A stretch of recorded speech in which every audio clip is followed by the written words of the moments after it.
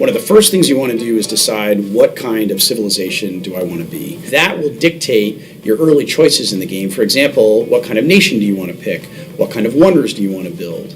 And what you're really looking for there are combo powers. You want powers that stack in interesting ways. So for example, the Japanese, one of their powers is that their town center is able to shoot on defense. And so that's a good defensive power, makes you harder to attack.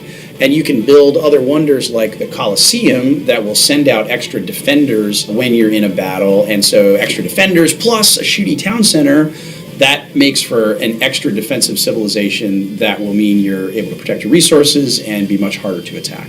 If you're interested in kind of being a booming player, like somebody who's really focused on economics, then you might want to pick the Greeks, who get a refund to their technologies and upgrades. And that becomes even more powerful if you then build the pyramids that increases the gather rate of farms that are near the pyramids. That way you can kind of get a really good economic flywheel going where you're able to progress much more quickly through the buildings and the upgrades that you'll want to take to really grow your civilization.